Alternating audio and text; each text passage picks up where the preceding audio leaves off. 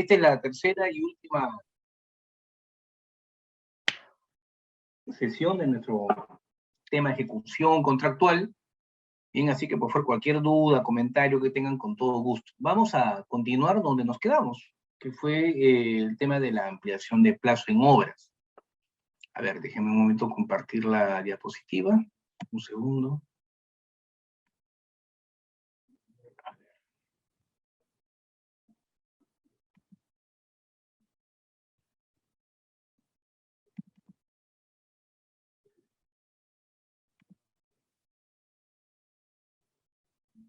Bien, nos quedamos aquí en el tema de ampliaciones de plazo en obras.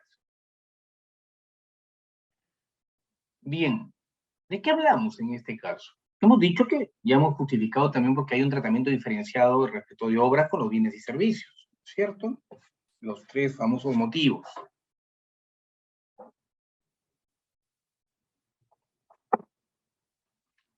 Entonces, el procedimiento de plazo en obras, si bien es también un proceso flexible, que admite, obviamente, silencio positivo, tiene algunos mayores requisitos.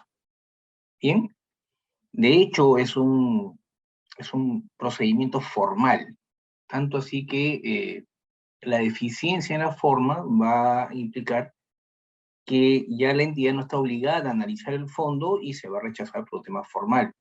Esto no implica que se le aplique inmediatamente una penalidad al contratista, él todavía va a poder justificar el atraso. Ese es otro tema que vamos a ver también el día de hoy. Bien, en principio tenemos que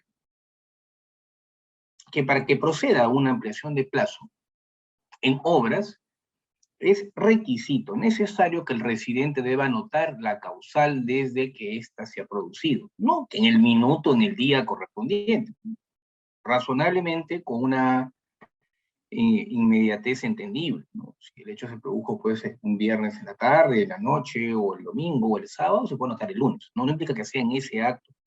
Lo importante es que exista una cercanía con el hecho y que se anote la circunstancia.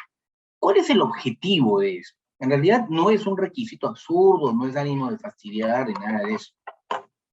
El objetivo es, simple y llanamente, que en el momento en el cual, mejor dicho, que la ampliación de plazo no sea una justificación ex post, cuando ya estoy en problemas, cuando ya tengo dificultades para justificar o para acabar mi trabajo y me pongo a buscar cualquier pretexto. Eso no busca, eso no es lo que quiere el legislador. Lo que ha querido el legislador en este caso es que la causal de ampliación de plazo sea un hecho sincero, espontáneo, o sea, desde un primer momento se sea consciente que este hecho pueda generar una afectación. No es que tenga que decir el residente, hubo un derrumbe en la carretera y entonces esto va a generar una ampliación de plazo. No, lo que tiene que anotar es, hubo un derrumbe en la carretera. La evaluación de si afecta o no el plazo va a ser posterior, pero el hecho tiene que anotarse. De tal manera que lo que se quiere evitar es que cuando se me va acabando el plazo, yo como residente o como conde me ponga a buscar y a inventarme pretextos, ¿no? Lo que se quiere básicamente es una datación sincera de un hecho que luego podría dar lugar a la ampliación de plazo. Así de simple. Cuando concluye la causal, el contratista tiene 15 días para solicitar al supervisor o inspector la ampliación de plazo. Son 15 días, efectivamente los evalúo, los cuantifico, y hoy en día es culminada la causal, ¿no? Esta vinculación que tenía que estar el plazo de obra vigente ya no existe. Bien. ¿Ante quién se presenta esta solicitud de ampliación de plazo? Ante el propio supervisor o inspector. No se puede entrar ante la entidad. O sea, acá el primer tramo, la primera etapa es efectivamente el supervisor o el inspector según corresponde. Nos dicen, ¿y qué hacer si no se lo puede ubicar al supervisor? No está, bueno, en su domicilio legal, para qué hacerlo. El supervisor debe estar en obra, igual que el residente, pero si hubiera un problema sería en su domicilio. El inspector es más fácil, el inspector es un trabajador de la entidad, y efectivamente su domicilio legal es la entidad, en este caso, no para efectos del contrato. Si no lo encuentro, en el local de la entidad.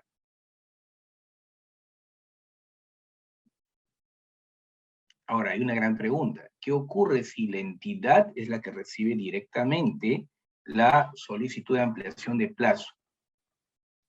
Acá hay dos posibilidades, que la entidad lo rechace y lo dé por no presentado, o que lo derive al supervisor o al inspector. Esto es mucho más discutible en el caso del supervisor. El supervisor no es un funcionario público. El inspector sí, porque el inspector es parte de la entidad, y ustedes saben que la ley del procedimiento administrativo general nos dice que cuando se presenta un pedido en un área equivocada, la entidad tiene que redireccionarlo a la correspondiente. Entonces, si es un inspector, no veo ningún problema. Efectivamente, si es un inspector, la entidad tendrá que derivarlo al área correspondiente, es decir, al inspector, que sea por válido. Pero si es un supervisor, en realidad el tema no es así, porque efectivamente hoy en día en el tema de obras hay plazo muy marcado bajo sanciones de silencio. Entonces yo creo que la entidad tendría que hacer es devolver el pedido básicamente, para que se presente correctamente.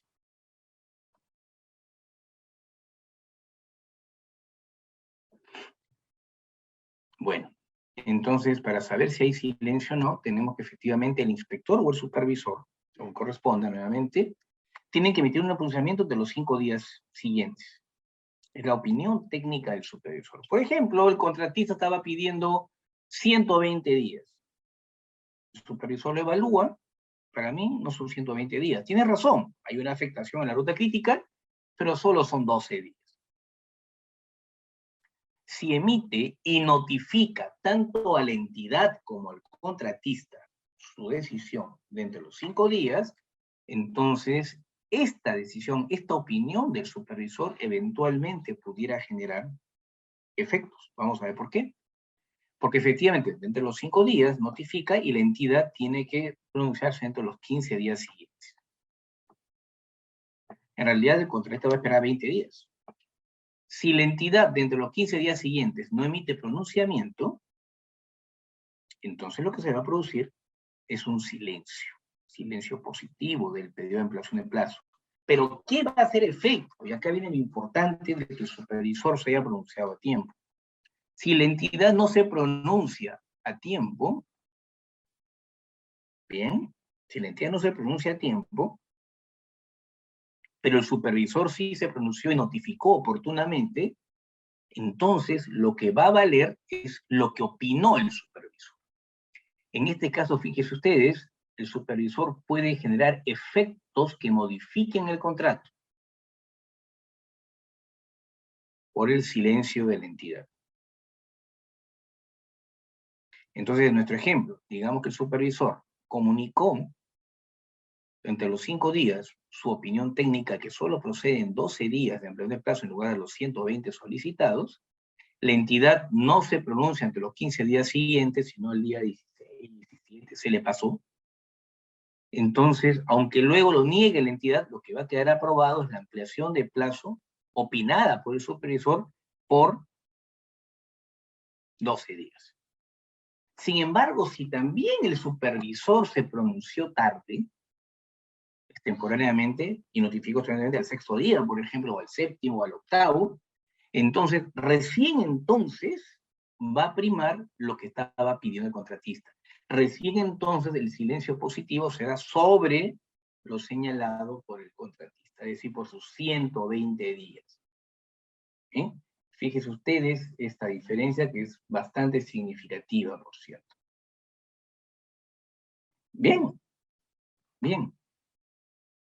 Se dan cuenta entonces que la ampliación de plazo es una figura mucho más flexible que la adicional. Porque en principio, si bien tiene efectos económicos, como están viendo ustedes, como el reconocimiento de mayor costo directo y gasto general acreditado, esto es un efecto colateral. No implica directamente una modificación del monto del contrato, solamente su actualización. En fin, de lo que me va costando, me voy quedando. Bien. Ahora bien, estos costos directos y gastos generales, esto es una vieja discusión. ¿Son renunciables o no son renunciables? Circuló por años una leyenda en abstracto que decía que estos eran absolutamente irrenunciables y que después se aplicaban per se, lo cual no es tan cierto. En realidad, lo que no se puede hacer es condicionar Lo que no se puede hacer es condicionar al contratista que renuncia a su gasto general o a su costo directo para que se dé la ampliación de plazo. Si se produce eso, esa renuncia es inválida. Eso sí es correcto. Bien. No podrían decirse, oye, yo te doy de plazo, pero renuncias a tu gasto general y tu costo directo. ¿Por qué? Porque el gasto general y costo directo, ¿qué es lo que hace? Lo único que está buscando es, en estos casos, que se reconozca lo que efectivamente le está cargando económicamente quedarse más tiempo. O sea, no es lo mismo estar 120 días que estar 240 o 180. Evidentemente tengo más costos, pago más sueldos, pago más material, mis garantías tengo que renovarlas por más tiempo.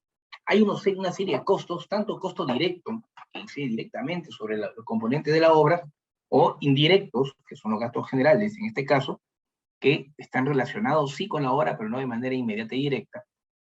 Entonces, todos estos costos, gastos generales variables y el costo directo, tienen que ser reconocidos por un tema de equilibrio económico del contrato. Entonces, lo que se considera, y también en este caso el LOCE ha coincidido con lo que les señalo, es que una vez obtenida la ampliación de plazo, una vez otorgada la ampliación de plazo, sí es posible renunciar, porque en ese momento ya se incorporó el derecho al contratista, ya es su dinero finalmente. Y él con su dinero puede rechazarlo, puede regalarlo, cualquiera puede hacer lo que quiera con su dinero, ¿cierto? Lo que no se puede hacer es una renuncia previa, una renuncia en la cual todavía no existe una decisión aprobada y él tiene una expectativa. ¿Bien? Entendemos la diferencia, ¿no? Esa es la gran diferencia en estos casos. Ahora bien, pero no tan fácil como parece. Y la pregunta es, ¿y si la renuncia se hace en una conciliación? Una cosa que yo hago una renuncia en una carta simple, hoy ¿sabes qué? Te pido mi ampliación de plazo y renuncio a los gastos generales. Por ahí coincidimos que hay un tema de invalidez. Pero la pregunta es, ¿y si fue una conciliación? Si fue una conciliación, ¿esta renuncia es válida o no es válida? A ver, ¿qué opinan? ¿Genera efectos o no? ¿O no genera ningún efecto?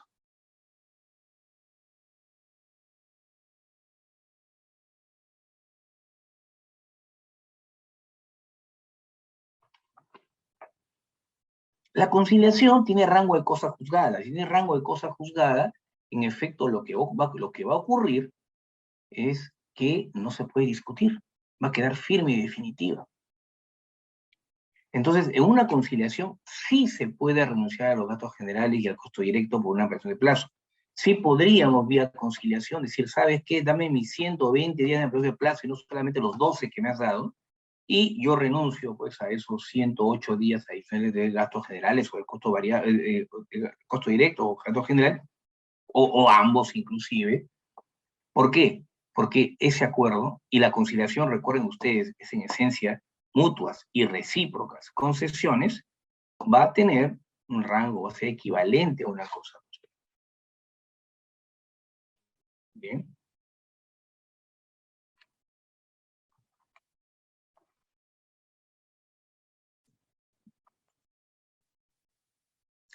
Obviamente, los mayores errores de algunas entidades es decir, te apruebo la ampliación de plazo número tal sin reconocimiento de datos generales. Y nadie había renunciado. Eso es más claro todavía, eso es menos controvertido, ¿no? Bien.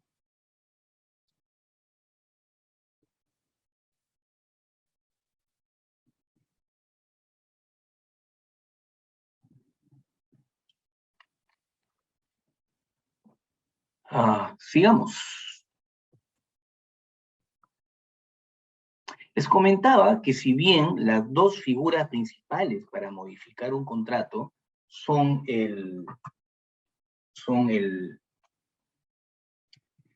la figura del adicional y de la ampliación de plazo, no son las únicas. Durante la vigencia de un contrato se pueden aprobar otros cambios que sean necesarios.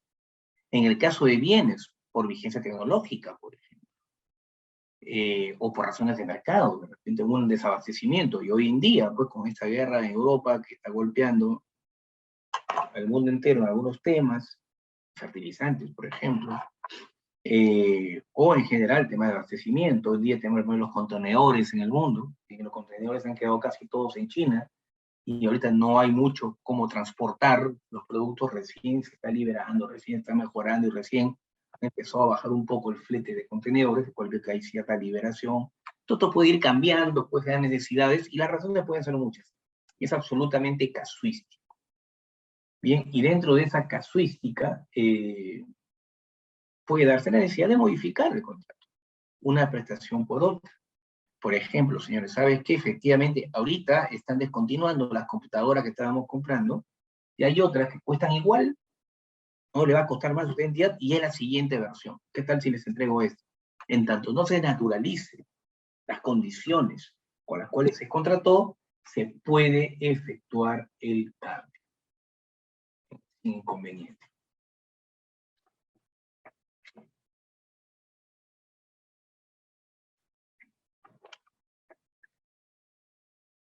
Sin embargo, dentro de estas modificaciones, hay una en la cual yo quiero destacar, porque es una modificación en el monto,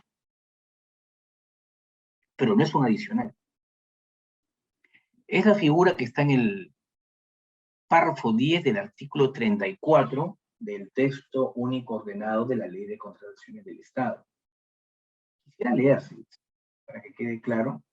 Es una figura nueva, como tal este párrafo ha sido incorporado recién en la última modificación, el decreto legislativo 1444, que ha estado vigente a partir del 30 de enero de 2019, poco antes de la pandemia, que ya efectivamente ya tiene ahora un buen tiempo de vigencia, y resuelve un problema que no estaba antes tratado. Era un tema que quedaba siempre en el aire. ¿Qué pasa cuando, en efecto, hay una modificación del monto? Tiene que haber una modificación del monto que no califica en estricto como un adicional.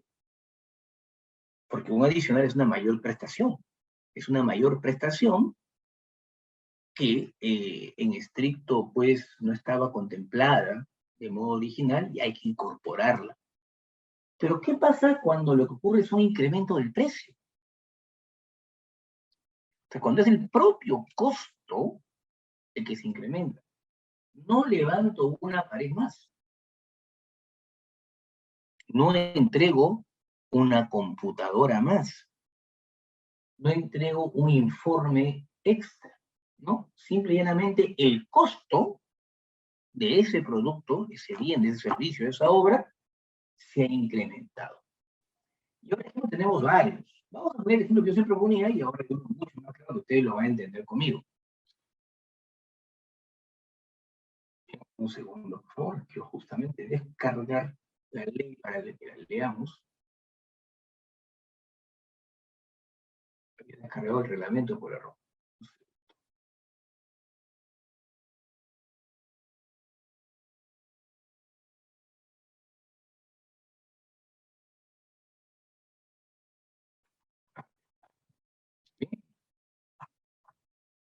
Artículo 34, párrafo 10. Cuando no resulten aplicables los adicionales, las reducciones y ampliaciones, las partes pueden acordar otras modificaciones al contrato, siempre que las mismas deriven de hechos sobrevinientes a la presentación de ofertas que no sean imputables a alguna de las partes. Es decir, un hecho sobreviniente, no previsto, no imputable, que permita alcanzar su finalidad de manera oportuna y eficiente y no cambien los elementos determinantes del objeto contractual. Y acá viene la parte importante. Cuando la modificación implique el incremento del precio, debe ser aprobada por el titular de la entidad. ¿Qué quiere decir esto? Que efectivamente el precio del contrato se puede incrementar, el monto del contrato se puede incrementar, pero no es una adición. ¿Y qué ocurre? ¿Y cuándo ocurre esto? Como les decía, vamos a entenderlo con ejemplos. ha subido el sueldo mínimo, ¿no? ¿Es cierto? Ha pasado de 930 a 1025, creo. Ha subido en el mes de mayo. ¿Bien? ¿Qué significa eso? Que todos los contratos que tenían como base estructura de costos el sueldo mínimo ha variado. Esos contratos de vigilancia o de limpieza que tenían el sueldo mínimo como referencia, simplemente su costo se ha incrementado. Yo he tenido estructura de costos de vigilantes, por ejemplo, que se estaba pagando a turno más 4 horas de sobretiempo, los famosos las 12 horas. Bien, y entonces efectivamente tengo que pagarle más y ya no está de acuerdo a mi estructura de costos.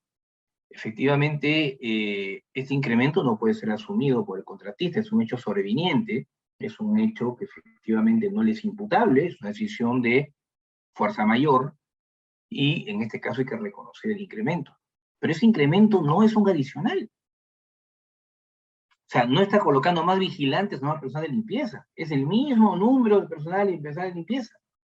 Lo que está cambiando simplemente es el costo de ese personal. Otro tema donde está claramente evidenciado este tema es lo que ocurrió pues con el decreto, la directiva 05-2020 del OCE, que reguló, reglamentó, por así decirlo, la segunda disposición transitoria del decreto legislativo 1486, que básicamente dispuso que luego de esta cuarentena absurda, a la cual nos encerraron todos y por gusto, porque igual se enfermó y se murió la gente, era cómo reiniciar las obras, ¿cierto? ¿Y qué decía esta directiva? Dividía el reinicio en 3 componentes de incremento de costo. El primero era lo que te ha costado quedarte. Yo, presidente, te encerré, te metía preso, si paseabas un perrito por la calle te metía preso, te encerré y eso te ha costado, porque aparte te obliga a pagar sueldo, te obliga a seguir pagando temas, etcétera, etcétera. Yo te encerré, eso tiene un costo. Hay un costo de reinicio, tienes que regresar, tienes que poner ahora, pues, cabinas de lavado de manos, lugares aislados para almorzar, inclusive al principio se pedía que vayan a recoger a los trabajadores a su casa prácticamente. Bien, entonces sí, te permito esto, pero tienes un costo, lo que te costó quedarte en la cuarentena sin trabajar. Lo que te costó, lo que te va a costar reiniciarla ahora bajo las condiciones de la denominada nueva normalidad, ¿no? Y 3, los menores rendimientos. Nuevamente, no se levanta una pared más, sino que no es lo mismo levantar una pared con 6 operarios que están trabajando a 30 centímetros cada uno del otro, que hacerlo con 3 que están a 1,5 metros. Hay un menor rendimiento de la partida por esta medida de distanciamiento social.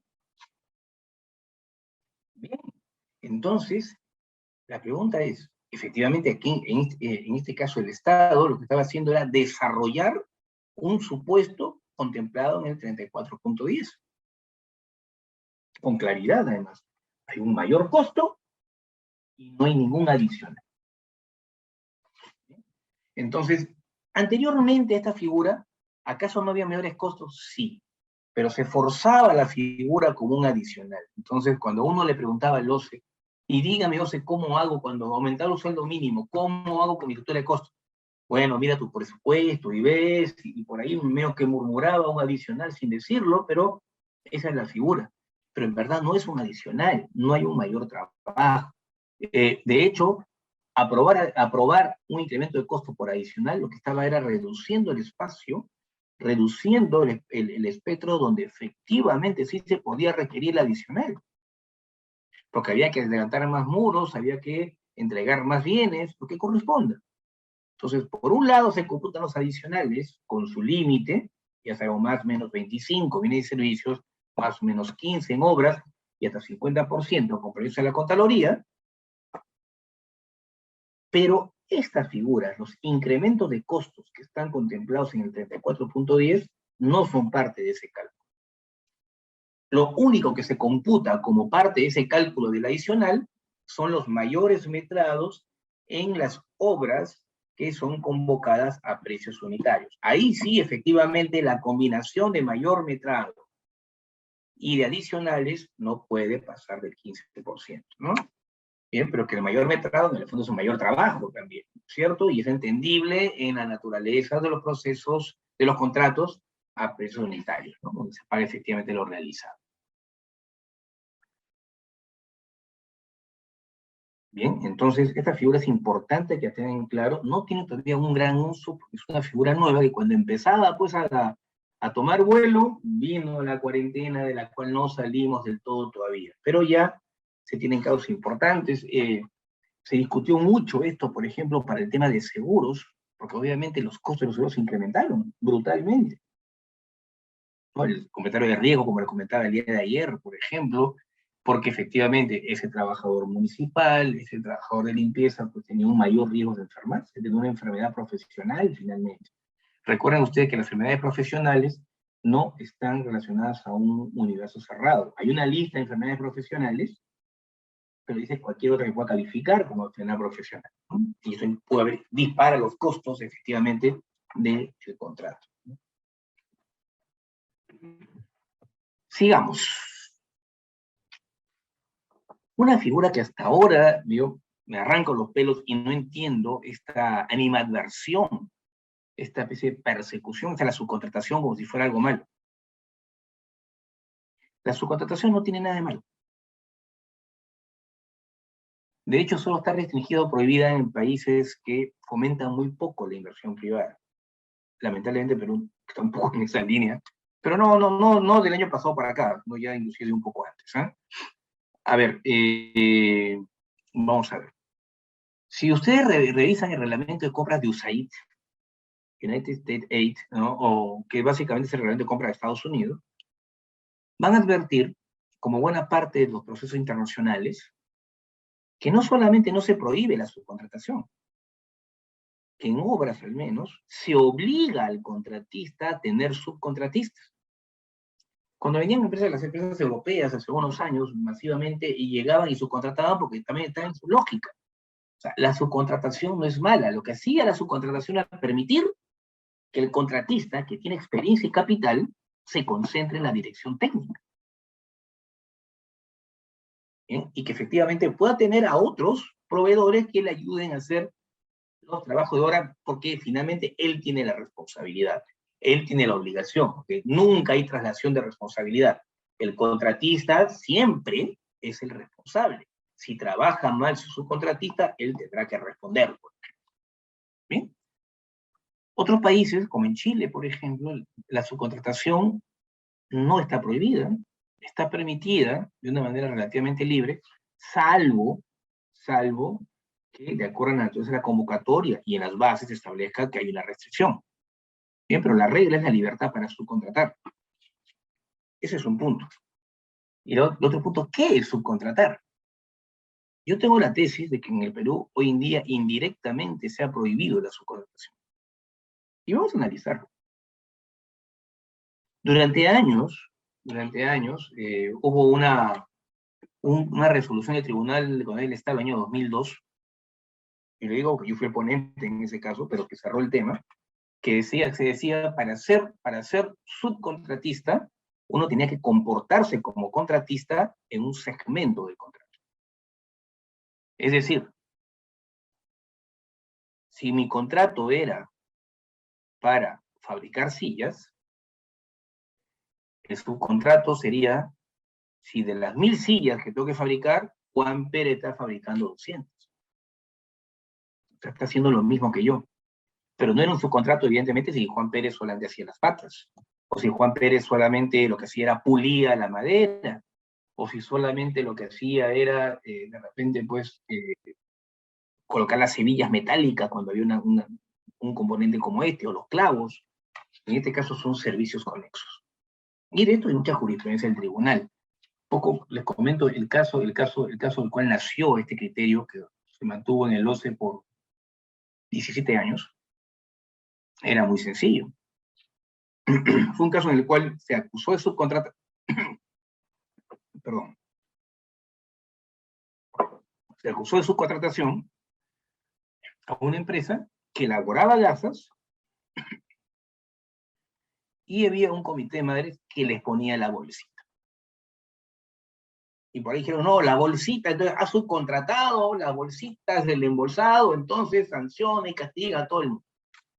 Se dijo, no señor, esto no es, o sea, no, las señoras que embolsan las gasas no se están comportando como el contratista, no están haciendo una parte del contrato, no se están comportando como tales. Es solamente un servicio conexo. De hecho, en el mundo, nadie fabrica todos los componentes en el mismo producto productivo. Ustedes manejan su auto, y ese auto dice, de repente es un Toyota, que es fabricado en Japón, pero las manijas o los controles han sido fabricados en Tailandia, el cuero viene de Turquía, el asiento ha sido armado en Vietnam, y así con cada pieza. Y así con cada pieza. Y entonces, y nadie va a acusar de su contratación pues a Toyota porque tiene ese problema productivo. De hecho, hoy en día inclusive es complicado determinar dónde está el mayor componente. Ese fue el gran problema que tuvimos cuando en Perú se aplicaba el beneficio del 20% a la producción nacional. ¿Qué era producción nacional? Esto tuvo muchísima jurisprudencia, mucha complejidad, por cierto. Entonces, efectivamente, hoy en día, así como el capital no tiene nacionalidad, ocurre igual con los productos. Es muy complicado señalar si un producto es nacional o no es nacional. Es anacrónico, para decirlo de alguna manera. Entonces, efectivamente, y como le dije, por años funcionó esta definición de que para ser subcontratista tenías que comportarte como contratista. Es decir, vamos a ver ejemplo de una carretera. Si a mí me contratan para hacer la carretera de la progresiva 1.10 a la 28, si yo contrataba con una empresa para que me haga de la progresiva 1.10 a la 5, y este señor hacía todo el trabajo de carretera en esos 5 kilómetros, sí, claro, era un subcontratista, porque en un pedazo del contrato se estaba subcontratando, se estaba comportando como el contratista. Claro, el peor era cuando lo hacía toda, ¿no? Ese ya era una venta del contrato, una transferencia oculta del contrato. Bien, entonces, inclusive, hubo un caso muy famoso, una empresa, la más grande en aquella época, había creado una segunda empresa y le quería dar experiencia. Entonces, esta carretera, que eran como 100 kilómetros, le encarga todo el enripiado. O sea, no le encarga hacer parte de la carretera, solamente el enripiado. Y luego, es más, en ese caso el Ministerio de Transportes le aprobó el subcontrato, aprobado formalmente. Va con su subcontrato aprobado formalmente y el OCE se lo rechazó. El RNP se lo rechazó, porque dijo, no señor, tú estás haciendo el enripiado. Tú no estás comportando como contratista en una parte del contrato. Tú no estás haciendo el movimiento de tierras, el aplanado, el enripiado y el asfaltado posterior, ¿no? Solo estás haciendo un servicio, el servicio de enripiado. Entonces, no te corresponde, esto no es un subcontrato, es un servicio especializado y punto, y se acabó, y nunca le escribió la experiencia, y esta empresa nunca más surgió, no tuvo cómo generar experiencia y competir igualmente. Bien, todo esto cambia con la última modificación del reglamento, donde dicen, han agregado algo que simplemente ya no se entiende. Y se dice, bueno, se mantiene el límite del 40%, algún día lo bajaron, en el año 2009 lo bajaron del 60 al 40 inexplicablemente, pero además se dice que no aplica para prestaciones esenciales. Y aquí varias preguntas. ¿Qué es una prestación esencial? Si yo hago una carretera, ¿cuál es la prestación esencial? ¿Asfaltar? ¿Mover tierra? No entiendo hasta ahora, la verdad. Creo que nadie lo entiende.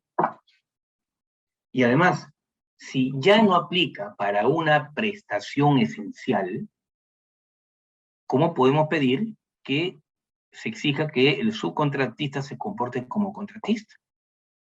Y si no aplica para prestación esencial, no podemos deducir que aplica para no esenciales, porque las no esenciales no son parte de un subcontrato, son un libre proveedor de servicios. Es el caso de Toyota trayendo los asientos de Tailandia, o el cuero de Turquía.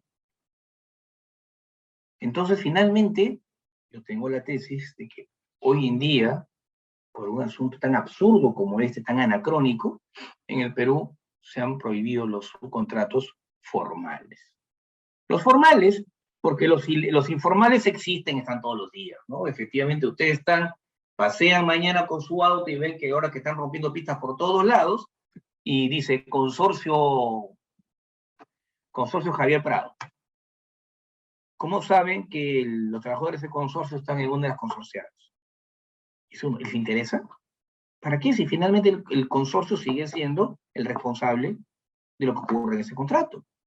O sea, estamos en un tema anacrónico que además, salvo un boom que hubo en el año 2018, me parece, 2017, casi no tiene ni siquiera sanciones, porque hay tema de probanza. La única manera de probar un subcontrato es que el subcontratista, pues mal pagado, los denuncie. ¿Bien? O que el contratista sin abogado diga, firmo el subcontrato de no sé cuánto. Fíjense ustedes lo absurdo que se ha llegado, que hoy en día se ha limitado a decir que hay subcontrato cuando el documento dice subcontrato. Yo siempre, si ustedes, algunos de ustedes, amigos, tienen la posibilidad de estar en la siguiente modificación del reglamento, corrijan esto. ¿Verdad? No tiene ningún sentido en pleno siglo XXI, y ya pues culminar la quinta parte del siglo, pues, en temas como este absurdo, ¿no? Pensando que un contratista tiene que participar en toda la cadena productiva. No tiene ningún sentido, ¿no? Ni práctico ni nada, y solamente fomenta informalidad.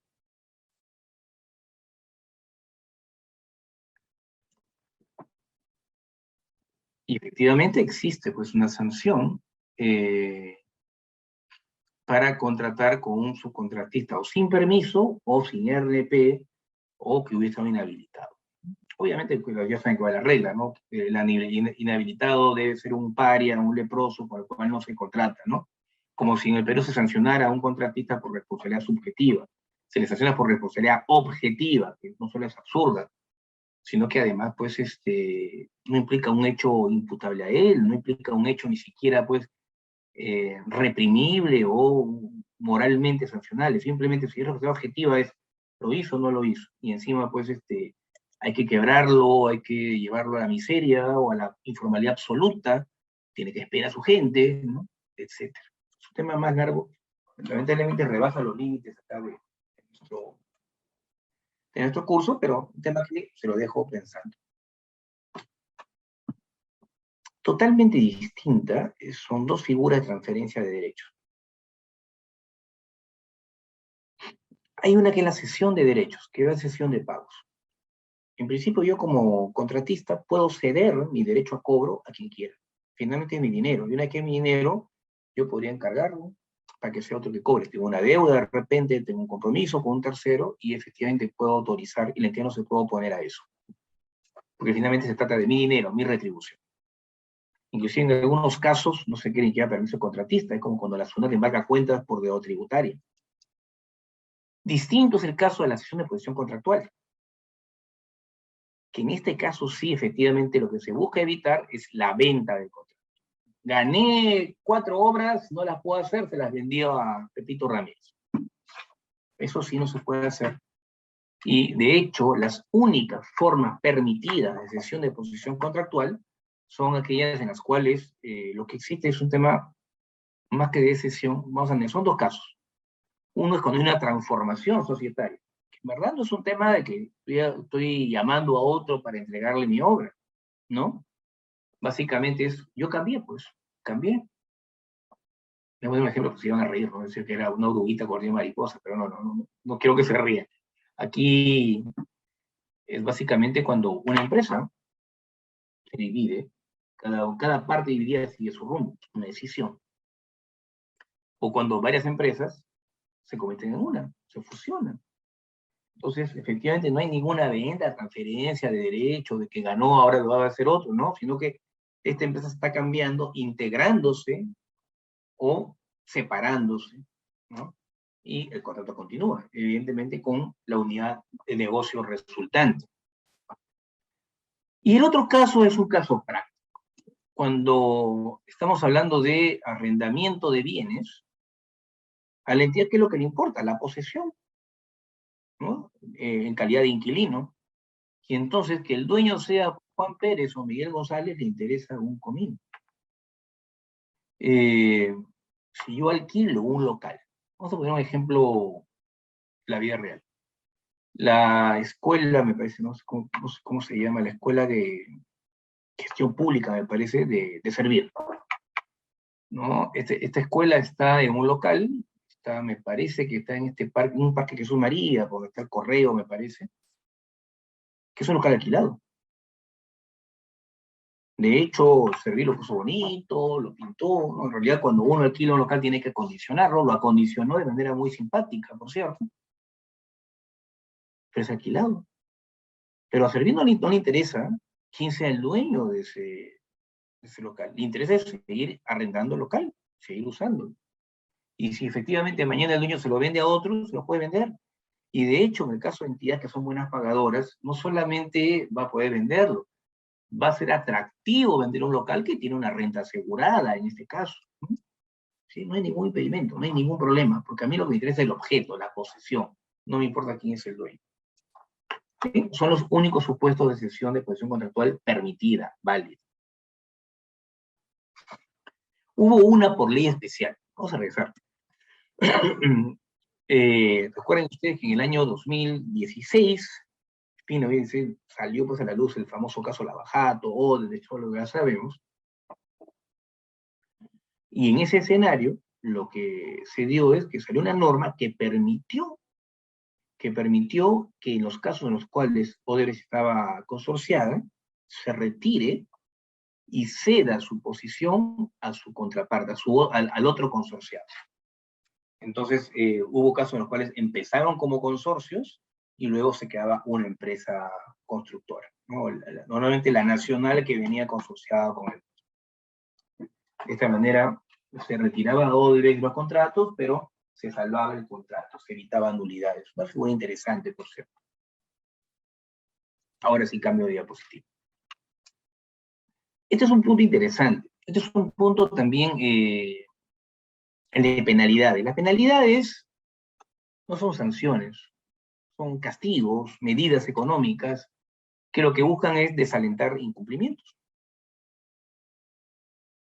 Y son de dos tipos. Las penalidades por mora, que básicamente sanciona la demora o el atraso, y las otras penalidades que son tan heterogéneas que solo están definidas por negación, ¿no? Son otras penalidades distintas a la mora, aquello que no puede calificarse como mora.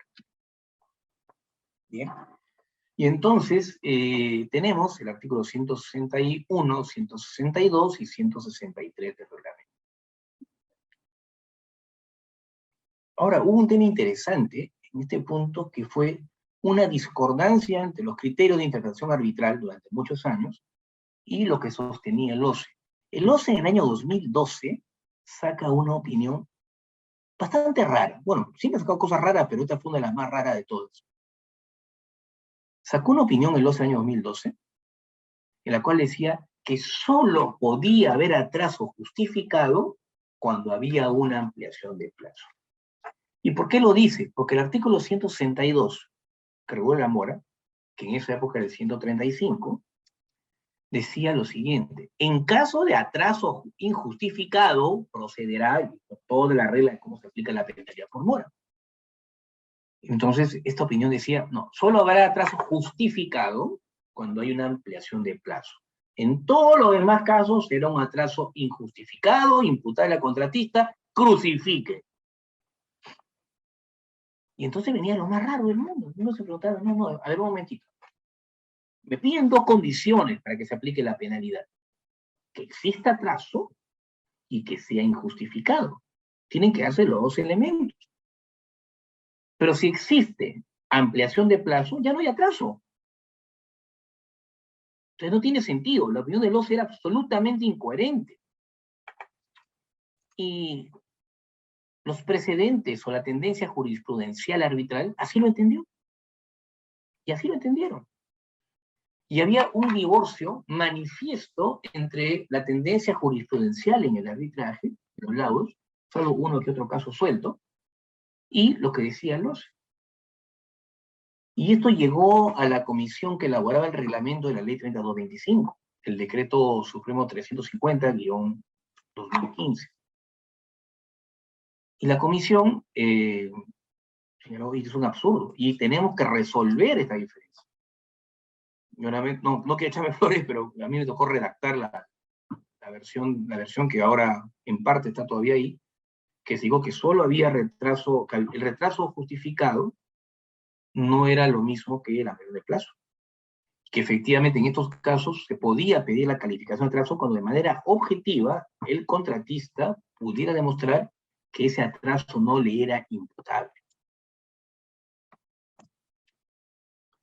Y se aclaró que en estos casos lo único que hace el contratista es evitar que se le cobre penalidad. Pero si solo justifica el atraso y no ha obtenido una ampliación de plazo, no puede cobrar mayor gasto general ni costo directo. En eso sí había discrepancias a nivel arbitral. La mayor parte de los árbitros consideraban que efectivamente solo evitaba el atraso, pero había una minoría que consideraba que lo equiparaba a una ampliación de plazo. Pero son figuras distintas.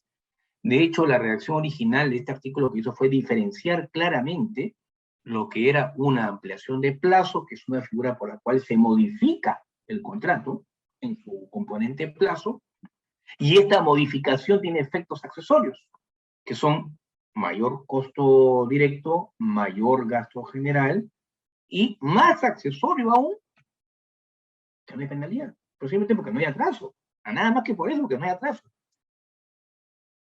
Y distinto es cuando, un momentito, yo no pedí una ampliación de plazo, o la pedí y se cayó por un tema de forma, no por un tema de fondo.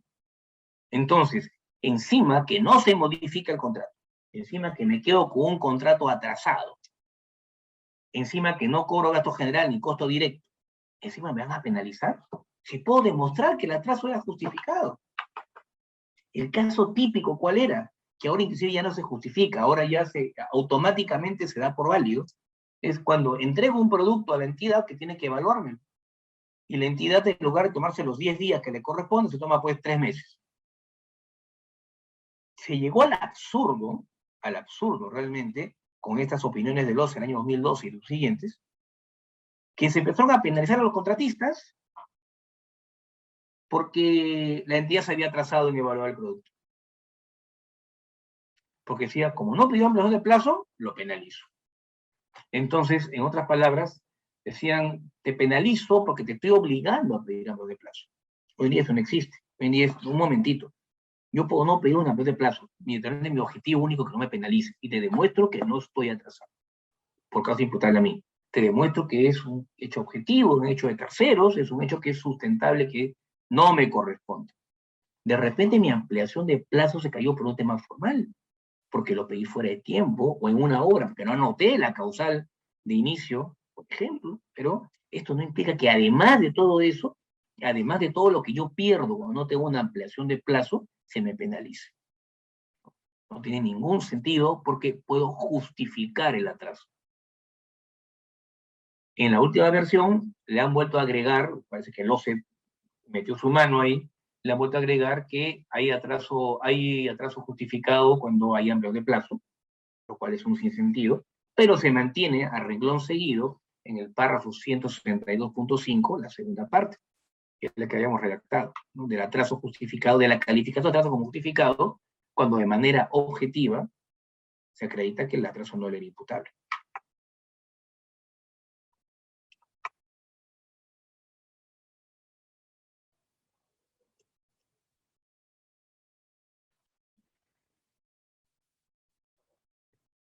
Bien, acá estamos viendo lo que se comentó hace un momento. Ahora, el tema de otras penalidades es curioso. La primera fórmula es automática, ¿no es cierto? Y salvo que logre demostrar la justificación de la misma, efectivamente me van a penalizar. Días de atraso, no puedo justificarlo, estoy penalizado con una formulita. Y como es automática, se me podría aplicar hasta el final del contrato. Sí, efectivamente. Pues yo podría decir, ya acabó el contrato, lo están liquidando, pero tus 20 días de atraso, listo, viene tu penalidad. Pero las otras penalidades no son iguales. Tienen una serie de requisitos y de hecho no se pueden no se pueden cobrar ex profeso, no se pueden cobrar de antemano, si es que no se ha dado este proceso y estos requisitos. Vamos a leerlos. Vamos acá al artículo 163 del reglamento. Otras penalidades. Es un artículo muy corto, pero muy denso, por cierto. Los documentos de procedimiento de selección pueden establecer penalidades distintas a la penalidad por mora, siempre y cuando, uno, sean objetivas.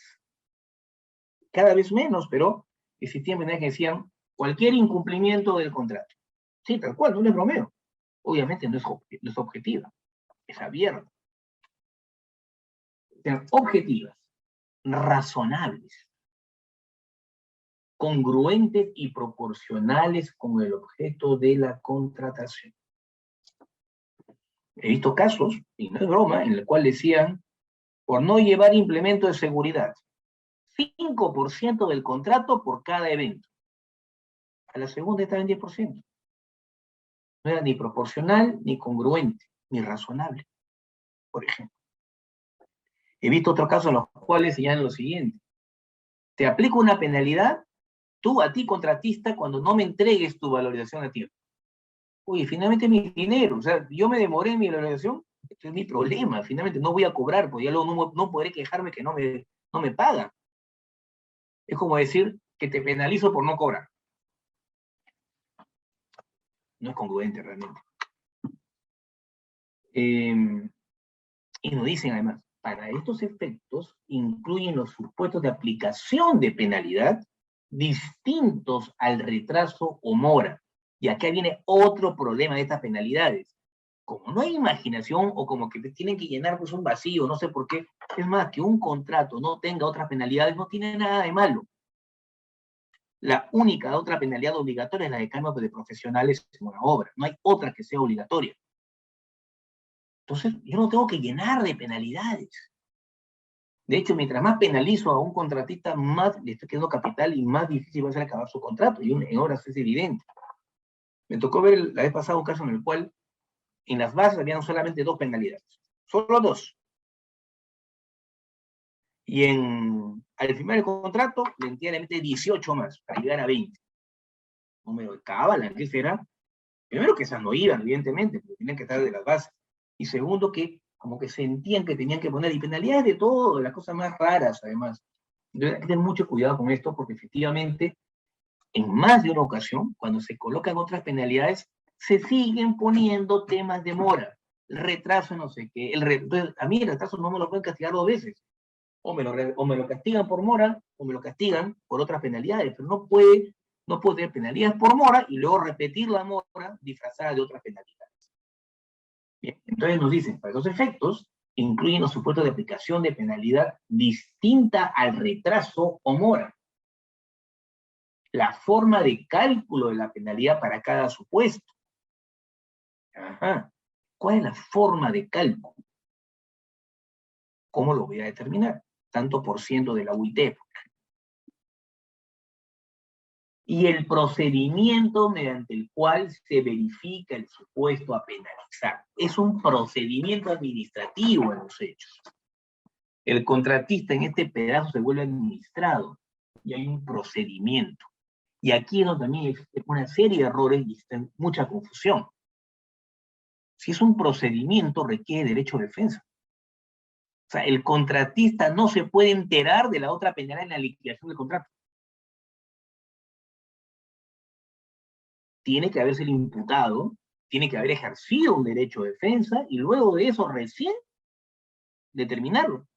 Por ejemplo, el supervisor va a la obra que es asfaltado de la cuadra 1 a las 5 al Girón Tarapacá. Llega la hora y no encuentra el recibo. Falta de presencia del residente en obra, ¿no? En hora de trabajo. Fíjese usted, imaginen que no hubiera pues un descargo, se le aplica la penalidad. Pero sí, con los descargos, que efectivamente debe haber descargo, porque es un procedimiento, dice, te imputo, te doy 5 días para que responda. Dice, señor, yo no estaba parado en las 5 cuadras porque estaba en la municipalidad haciendo trámites para la obra. acá está mi constancia que tuve en la municipalidad. O estuve cotizando, estuve en la ferretería, o cotizando los productos para el material que tú me has pedido. Acá está. Lo descargó. Demostró que sí estaba trabajando, sí estaba afectado la obra en ese momento. Eso es lo importante del procedimiento. Sin embargo, un gran error que he visto últimamente es que hay entidades que ponen procedimiento e informe. El informe no es un procedimiento. El informe es el inicio o la conclusión de un procedimiento. Pero no podemos decir que el procedimiento del área usuaria, el procedimiento X, es el informe es un procedimiento. No, el informe inicia o culmina un procedimiento. Y por eso que se caen las otras penalidades. Ahora, hay entidades que sí saben aplicarlas, por cierto. Algunas en el ámbito del FONAFE, por ejemplo, tienen un buen manejo de otras penalidades. Pero en la mayor parte de los casos ocurren estos problemas. ¿Bien? Es importante entonces que ni se puede incluir supuestos de atraso, que es mora, ni se puede aplicar sin un procedimiento de descargos. ¿Sí? Porque entonces no se ha cumplido el requisito para otra finalidad. Esto se va a caer seguramente a nivel arbitral. ¿Bien?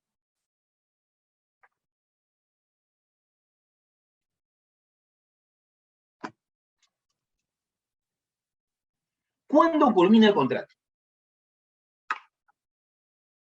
El contrato culmina con la última prestación. ¿Cuál es la última prestación? Usualmente es el pago. Por excepción, en algunos casos, la última prestación no va a ser el pago. Es el caso de los contratos de seguros. Los seguros, si bien puede haber una forma de financiamiento, en principio, el pago debe ser anticipado. Ningún seguro se paga después del siniestro, todos se pagan antes. Eventualmente se puede fraccionar en algunas partes, pero la regla general es que el seguro se paga al comienzo. De tal manera que el contrato culmina cuando acaba la cobertura, que ya se pagó en su momento. Pero es una excepción. Usualmente, efectivamente, el pago viene a ser la última prestación. Bien. Culminada la prestación del contratista, entonces entramos en un momento de lo que llamamos la conformidad. Se entrega el producto y se entra al trámite de conformidad. Nos dicen que se debe otorgar entre los 10 días y que puede probar hasta 20 días dependiendo de la complejidad, se trata de consultorías. Y una vez dada la conformidad, hay 15 días para el pago. Y nos dicen que en el caso de observaciones, la entidad del contratista entre 2 y 10 días, que se pueden levantar, se pueden aumentar hasta 20. Inclusive le puede dar más de 20 días. Pero ese exceso de más de 20 días ya estaría sujeto a penalidad. ¿Qué quiere decir todo esto? Evidentemente, cuando el contratista considera que ya entregó o culminó su prestación, va a pedir la conformidad. La entidad tiene que evaluar el producto. En el tema de obras tenemos todo un trámite de resolución de obra bastante complejo. El artículo 208 es una ley en sí misma, nos dicen qué hacer, y si hay discrepancias, y cómo se anota, y qué es lo que ocurre cuando el comité llega y considera que la obra no está terminada. Pero voy a hacer un pequeño paréntesis interesante en este punto. Fíjese este caso. El supervisor dijo que la obra estaba culminada. Emite el certificado de culminación de obra. Se conforma el comité de recepción. El comité de recepción se apersona al lugar y considera que la obra no está culminada. Sin levantar acta, le dice al supervisor verbalmente que anote en el cuaderno de obra que la obra no está culminada. El supervisor obediente anota que la obra no está culminada porque así se lo ha dicho el comité. ¿Dónde está el error?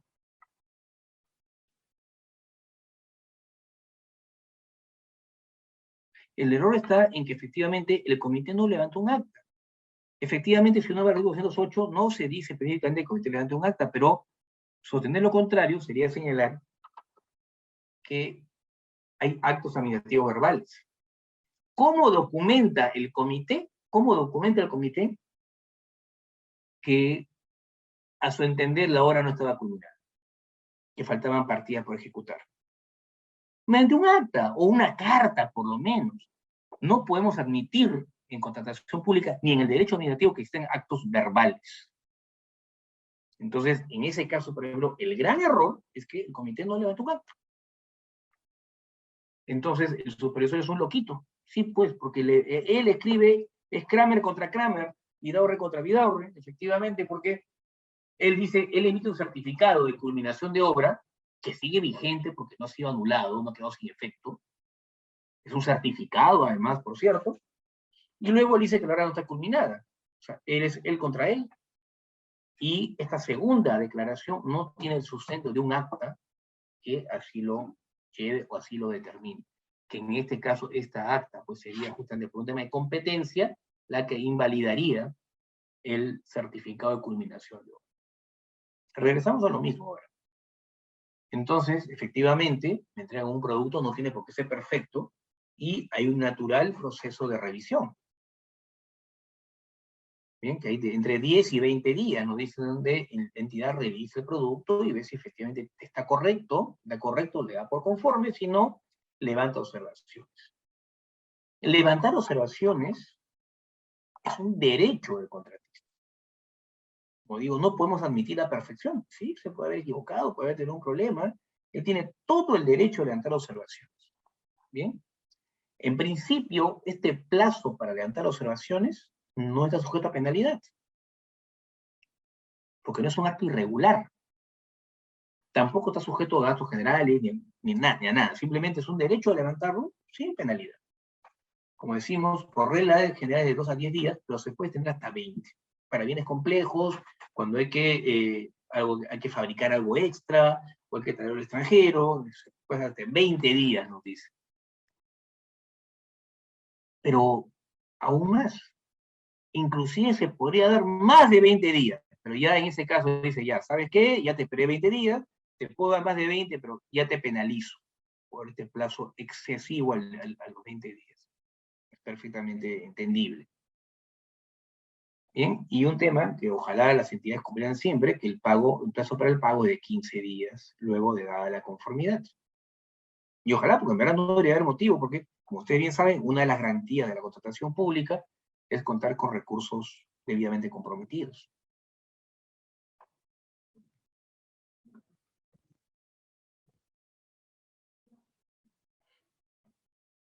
Hay una figura que no se puede y no se debe confundir con el adicional, que es la contratación complementaria. Cuando yo apruebo un adicional, no es que lo apruebe porque quiera, es porque debo aprobarlo. Vamos a ver que inclusive existe responsabilidad de la entidad cuando niega un adicional que tenía que aprobarse. Va a responder civilmente, puede responder de manera administrativa. El hecho que no sea arbitrable su decisión de aprobarlo o negarlo, no lo libera de responsabilidad. No olvidemos ese punto. ¿Bien? ¿Pero por qué? Porque sin ese adicional, ese contrato va a fracasar, no va a cumplir con su objetivo. ¿Bien? Entonces, el adicional es parte del contrato. El adicional es obligatorio para el contratista. Él no podría decir, no, no quiero, ¿sabe qué? No, porque sin ese adicional, el contrato va a fracasar. No va a lograr la finalidad pública para la cual se convocó.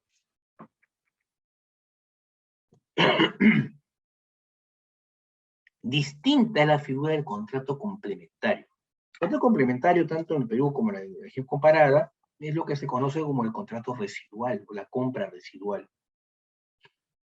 Y fíjense ustedes la premisa del contrato complementario. Tuve un contrato exitoso, porque esa es la premisa, ¿no? Tenía un contrato satisfactorio. Trabajé bien con un contratista. Lo puedo convocar para un poquito más, cuando esa necesidad no ha culminado del todo. yo preví de repente que con lo que le compré era suficiente, pero había una necesidad posterior, simultánea, no prevista, y requiero más. O no es que sea una compra residual, sino que sea una adquisición puente. Y esto ocurre con los contratos permanentes. Yo constantemente tengo que contratar vigilancia, constantemente tengo que contratar limpieza, ¿es cierto? Entonces, yo constantemente debo tener asegurados mis bienes, mi patrimonio, que es el patrimonio de la respectiva entidad. Debo comprar bienes cuando es suministro. Tengo el suministro de materiales, útiles, insumos, las empresas del Estado, por ejemplo. Y entonces sí, efectivamente, tenemos un flujo de compra, ya sea de bienes o servicios, que es constante. Y lo que puede producirse es que entre el primer contrato y el segundo existe un vacío. Entonces también el contrato complementario me hace como un contrato puente, ¿no? Que va a permitirme que no exista un vacío entre estos dos contratos principales. Entonces, para empezar, el contrato complementario es un nuevo contrato que parte de un presupuesto. Parte del presupuesto en el cual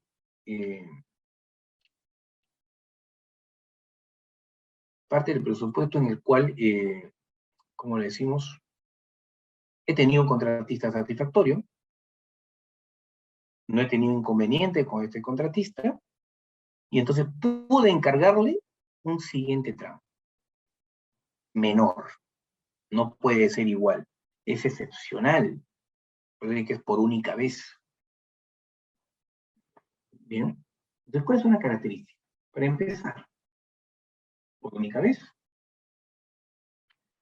hasta por un máximo del 30%, es decir, yo podría contratarlo por el 30%, o por 15, o por 5, lo que yo considero que requiero de más. Si yo he comprado 300 computadoras, pero durante el contrato se han malogrado, me han comentado que se han malogrado 20 más, puedo comprar esas 20 en contrato complementario. No tengo ningún problema con eso, porque es una necesidad residual. Si he contratado el uniforme para mi personal y tengo 30 ingresos nuevos, puedo hacer el complementario. De hecho, no se requiere una inmediatez, no es estar totalmente pegado. Puede ser hasta dentro de los 3 meses siguientes de concluir el anterior contrato. Bien, pero por una vez, si me equivoqué y calculé mal, entonces ya no puedo hacer un segundo complementario, es solamente uno.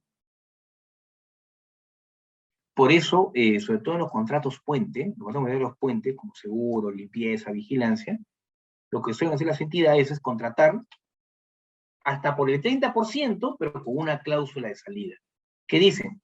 Sin embargo, si en el camino, si en el entretanto, bien, se produce la adjudicación y la firma del nuevo contrato, este contrato culmina. Perfectamente válido. Y lo más importante, el contrato complementario es voluntario. Como es un nuevo contrato, no se le puede obligar al contratista a firmarlo.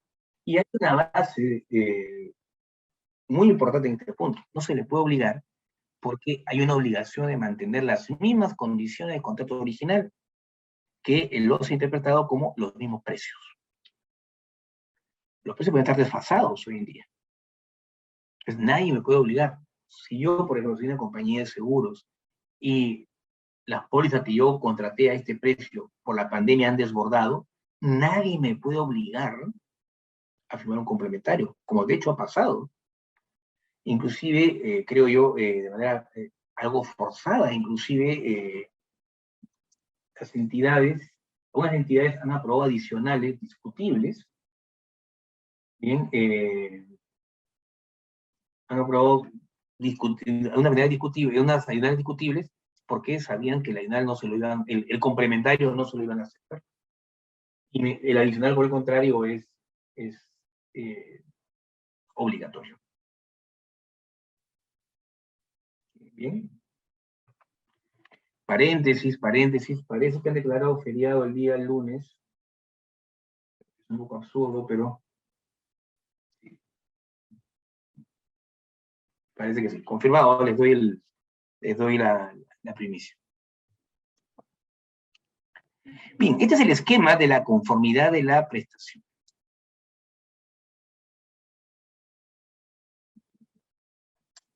Es lo que ya hemos comentado, pero en versión gráfica. Este es también el esquema de los pagos al contratista. Obviamente, cualquier discrepancia sobre la conformidad, cualquier discrepancia sobre el pago, es arbitrable, como toda materia controvertida, económica, patrimonial, menos que estuviera prohibido como la aprobación de la adicional. Hay un tema importante. He visto algunos casos en los cuales la entidad se confunde y usa una figura discutible que es el rechazo de plano. ¿A qué me refiero con esto? Imaginemos que yo soy un contratista que debo entregar un informe.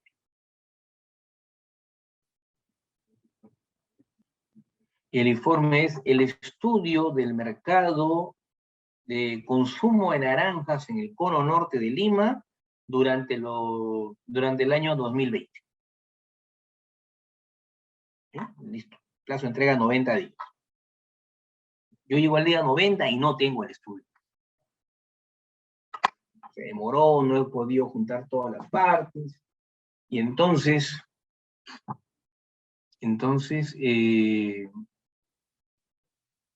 presento una hoja de carátula donde tengo un poema y remito mi poema.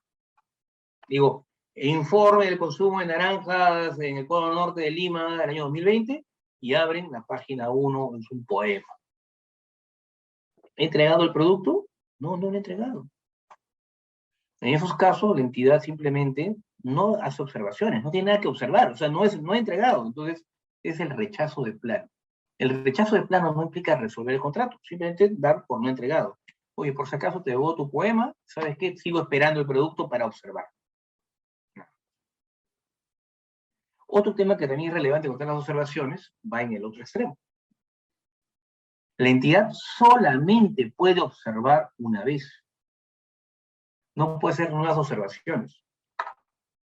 No puede ir encontrando nuevos temas. Obviamente, si formula 20 observaciones y estas no se levantan, puede seguir insistiendo. Oye, de las 20 has levantado 10.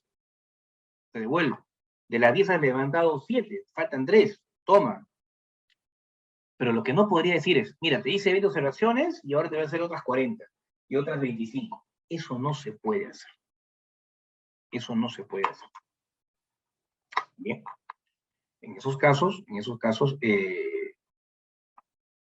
la entidad lo que tiene como salida es hacer los reclamos de cualquier otro posible efecto dentro del plazo de responsabilidad, que en obra de 7 años, en bienes y servicios es de 1 año, está lo pacto distinto, en consultorías son de 3 años y según cada plazo. Entonces ahí efectivamente lo que puede hacer es formular el uso de su derecho a reclamar por vicio oculto de efecto durante el periodo de responsabilidad. Bien, ya estamos terminando, nosotros estamos en los últimos 10 minutos. Tenemos, no siempre los contratos están de manera satisfactoria.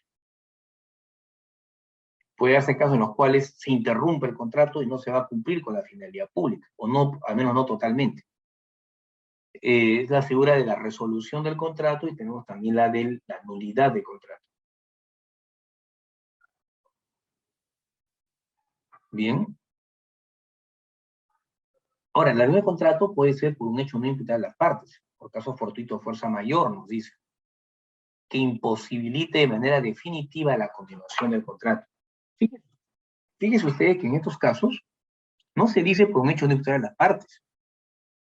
El legislador no ha querido o no quiere que se exacerbe esta figura, que se use de manera abundante. Porque el legislador, en su esquema, le ha interesado que los contratos terminen.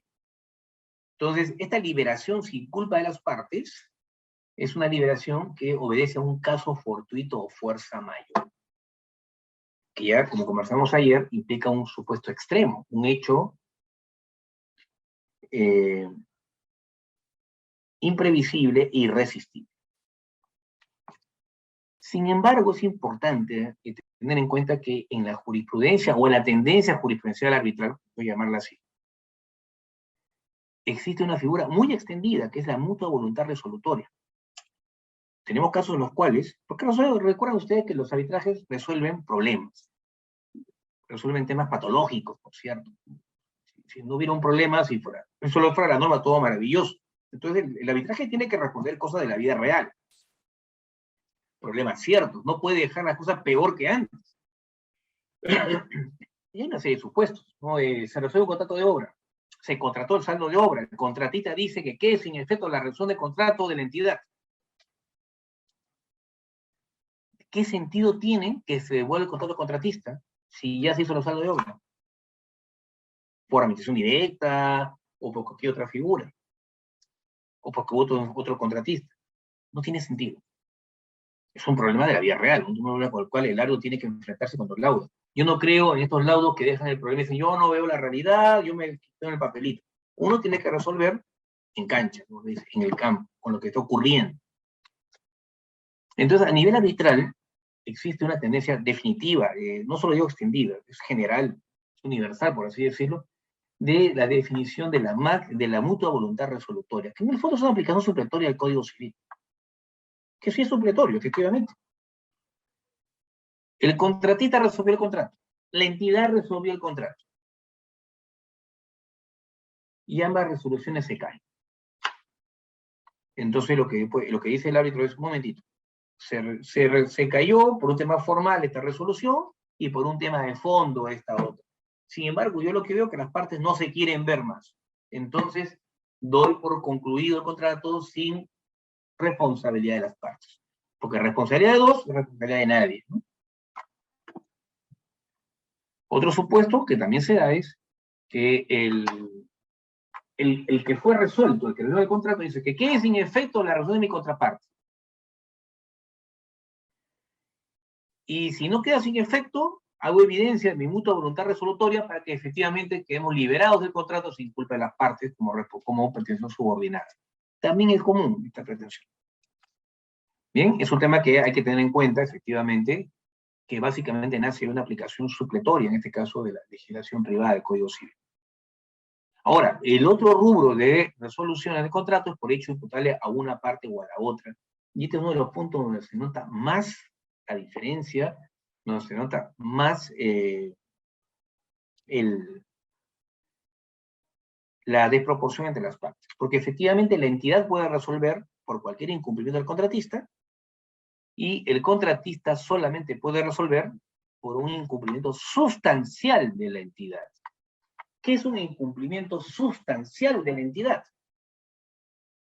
No está definido salvo un caso concreto, ¿no? Es un incumplimiento sustancial de la entidad cuando se equipara aquel tema de los pagos, el tema de pagos. No me pagaron, y si vamos a hacer una obra, yo creo que se hace la equiparación con la suspensión de la obra, que es 2 valoraciones atrasadas más 15 días de la tercera.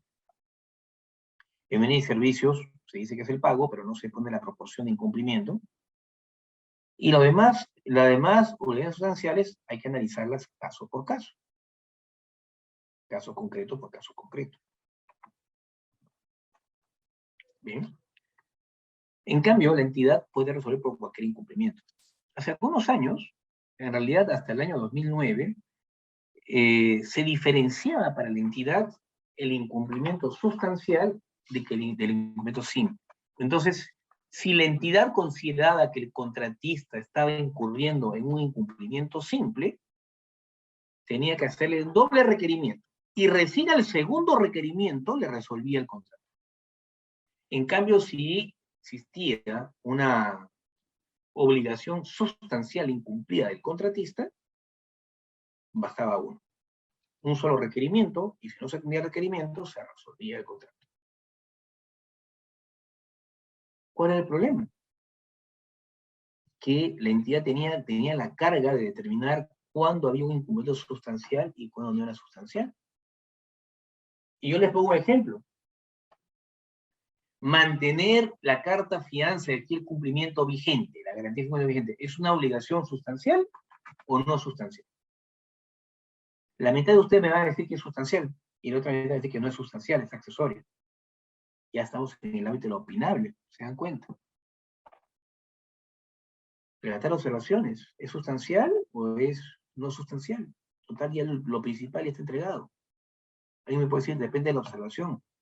Y empezamos al tema subjetivo. Por eso que se eliminó esta diferencia, y hoy en día, como decimos, basta un requerimiento previo antes de resolver, y la entidad no diferencia entre incumplimiento sustancial o no sustancial. Cualquier incumplimiento puede dar lugar a la resolución de contratos si no se subsana.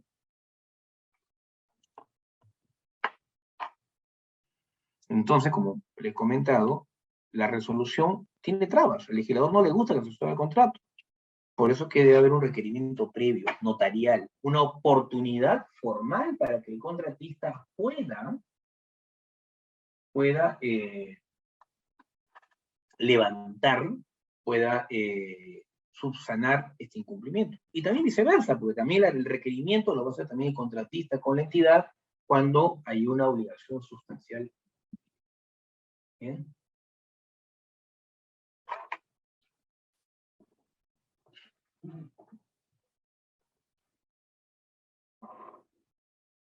Bien.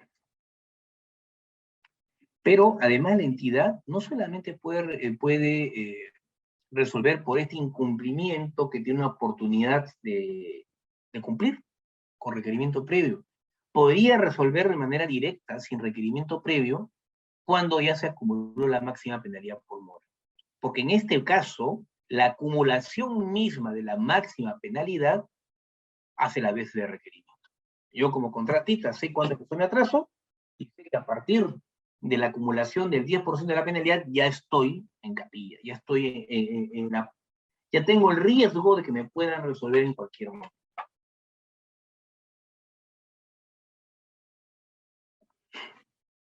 Aquí está nuevamente el flujograma, el esquema de cómo se produce esta resolución, ¿bien? Y ya sabemos que en algunos casos, básicamente acumulación de la máxima penalidad por mora, o cuando es un incumplimiento subsanable, la entidad o el contratista, bueno, la entidad en este caso podría resolver de manera directa. Bien, imaginemos cuando estamos en un incumplimiento insubsanable, y hemos visto que una cláusula obligatoria es la cláusula anticorrupción. Cometió el acto de corrupción, punto. O sea, yo puedo subsanar, repararlo, pero ya no va a desaparecer el acto de corrupción. Sería una obligación insubsanable. Otra, un poco más cotidiana, es cuando tengo una obligación que no tiene sentido que se cumpla en otro día. Si yo tenía que entregar pues un buffet o dar un servicio de alquiler de un local, porque iba a haber un evento el día 15 de junio, no me sirve de nada a mí, en absoluto, no me sirve de nada que me lo tenga el 16. Ya se agotó la necesidad, será también insubsanable y se podrá resolver de manera directa. Cuando se produce la resolución de contrato y esta resolución es aceptada o discutida en el proceso arbitral correspondiente, se confirma la decisión de quien resolvió. Si el resuelto fue el contratista, corresponderá ejecutar la garantía de fiel cumplimiento. Si la parte afectada, cuando quedó firme su resolución, podrá reclamar la indemnización por daños si es que hubiera existido. Bien, si es el contratista, lo van a sancionar, o sea, cuernos palos, y el tribunal o del Estado se va a frotar las manos y lo va a sancionar, ¿no? Algo que tanto les gusta, puede destruir proveedores. Y además se va a llamar al segundo lugar, si es que lo hubo, voluntariamente para saber si está dispuesto a culminar con el saldo de la prestación. Seguramente si estamos en un contrato que estaba empezando, porque todavía falta cumplir con la mayor parte, el contratista nuevo va a estar interesado en participar. Pero si es un contrato que está en la fase final, e increíblemente, ustedes también deben haberlo visto seguramente, buena parte de los contratos se resuelven en el tramo final, cuando ya tiene un avance de 70, 80, 90%. Ocurre. Quizás no sabemos acabar los contratos o las obras, no se sabe, o quizás la parte de acabados, ¿no? De obras es la más compleja, pero sí, buena parte de las resoluciones se dan en los tramos finales. Entonces ahí no va a ser tan atractivo para para el siguiente postor ingresar al contrato. Ya son márgenes mucho más pequeños, puede encontrar problemas de partes mal hechas eventualmente, tienes una demolición, se le complica ahí, no es más atractivo, se podría hacer una nueva convocatoria o se podría inclusive culminar por administración directa.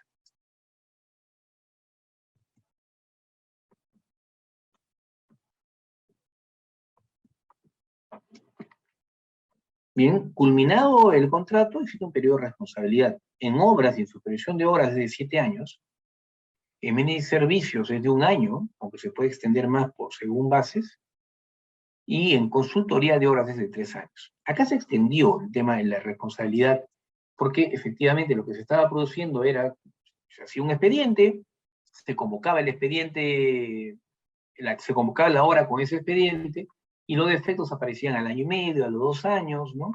De concluido el expediente técnico, y estaban ahí todos los defectos, y luego ya no se le podía reclamar al proyectista.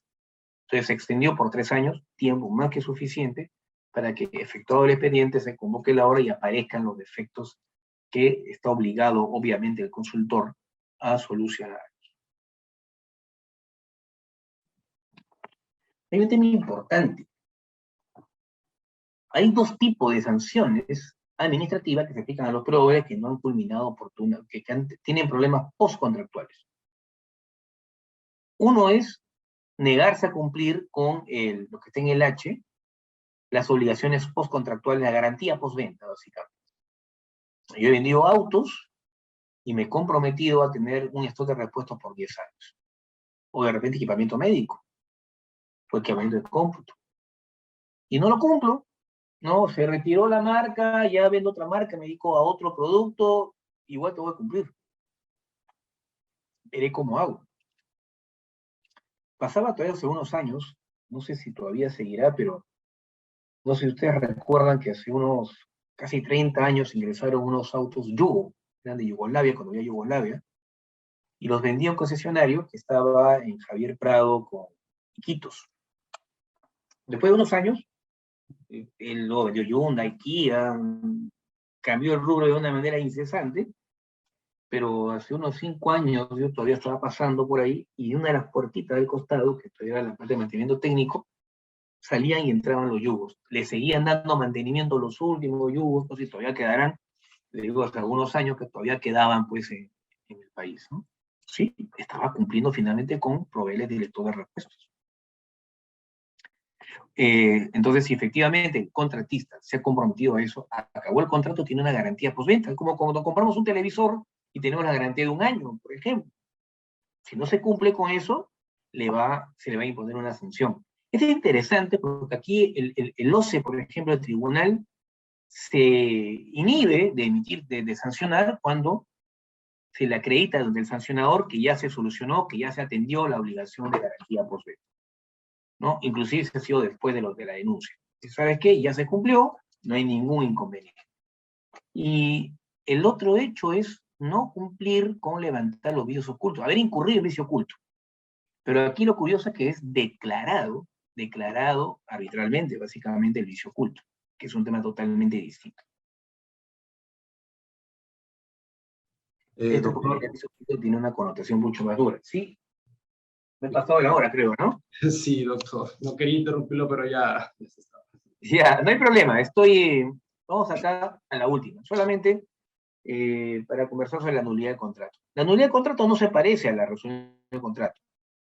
Tiene efectos distintos. Cuando yo anulo un contrato, declaro que nunca ha existido. Y si nunca ha existido, es como si no hubiera estado y me quedé sin contrato. Sin embargo, la entidad no está obligada a anular un contrato. porque finalmente va a terminar perdiendo, le va a resultar un efecto aún peor que peligro, y podría conservar, podría, sin perjuicio de denunciar lo que corresponda pues al contratista, podría mantener los efectos. Ahora, obviamente la nulidad del contrato es arbitrable, no se puede conciliar su nulidad, pero sí se puede arbitrar para demostrar que las causales por las cuales se anuló ese contrato no son ciertas, o son pues inverosímiles, o son írritas, o no ameritaba una medida tan dura, porque ojo, implica declarar la inexistencia del contrato, como si no se hubiera firmado. Esto no implica, sino que no se le pague al contratista, va a tener que pagársele, ya no contratista, al proveedor, va a tener que pagársele, pero simplemente por enriquecimiento sin causa. Porque efectivamente le ha servido de algo, al menos en parte, lo que ha hecho él a favor de la entidad. Sin embargo, el reducto sin causa, que es una figura residual que viene del derecho romano, lo que dice es que evita que se empobrezca el que lo hizo, pero no que lucre. Es decir, cuando hay herencia sin causa, no se puede incluir la utilidad, solamente el costo directo, el gasto general y la parte tributaria. Bien. En lo que implica pues convocar al segundo o hacerlo de manera directa o por contratación directa, es igual de tema resolutorio. Nada de eso, amigos, ya me he pasado efectivamente, ya son las 9:10, con la noticia agridulce del feriado del día lunes, y sin más que decirle, pues muchísimas gracias. No sé si hay alguna pregunta, y si no, les deseo un bonito fin de semana. Pues bien, entonces, si no hay preguntas, muchísimas gracias, doctor Marco Antonio Martínez, por la cátedra del día de hoy. Y bueno, con los demás participantes, muchas gracias por acompañarnos en esta noche, en esta jornada, y será hasta la próxima clase. Gracias. Hasta luego. Gracias a todos. Buen fin de semana. Hasta luego.